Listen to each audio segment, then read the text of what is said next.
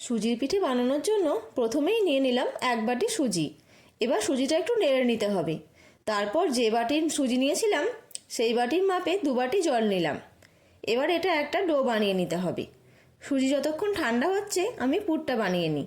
একটা মিক্সিং বলে নারকেল কোড়া, গুঁড়ো দুধ আর চিনি দিয়ে ভালো করে মিশিয়ে রেখে দিলাম। এদিকে সুজিটা অল্প ঠান্ডা হয়ে গেছে। হাতে ঘি নিয়ে একটু ঠেসে ডো থেকে লেচি কেটে নিলাম। এবার একটা লেচি একটু মোটা করে বেলে এইভাবে গ্লাসের সাহায্যে কেটে নিলাম। এবার পুর ভরে পিঠেগুলো বানিয়ে নিলাম।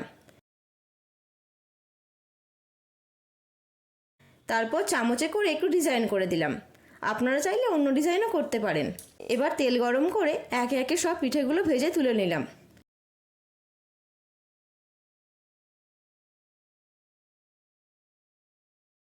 এবার লাস্ট স্টেপ, পিঠেগুলো রসে ডুবিয়ে দিলেই রেডি হয়ে যাবে সুস্বাদু সুজির পিঠে।